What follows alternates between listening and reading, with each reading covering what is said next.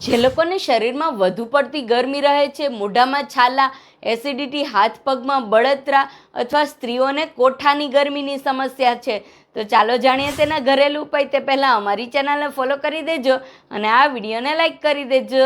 શરીરની ગરમી ઓછી કરવા માટે ગુલકંદ શરીરને અને પેટને બંનેને ઠંડુ રાખવામાં મદદ કરશે. આ સિવાય રાત્રે 1 ચમચી ધાણાને પલાળીને સવારે આ પાણી પી શકો છો.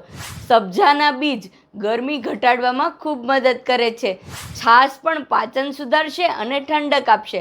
વરિયાળી, ભોજન પછી વરિયાળી ચાવી શકો અથવા વરિયાળીનું પાણી પણ પી શકો છો. આ સિવાય નાળિયેર પાણી પણ શરીરને હાઇડ્રેટ રાખશે. ગાયનું ઘી આયુર્વેદિક મુજબ ગરમી ઓછી કરવામાં મદદ કરે છે. આ સિવાય કાકડી, તરબૂચ અને લીલા શાકભાજી લઈ શકો છો. તો જે લોકોને વધારે પડતી કોઠાની ગરમી છે તેને વિડીયો જરૂરથી શેર કરો. તમને કયો પ્રોબ્લેમ છે કમેન્ટ જરૂરથી કરજો.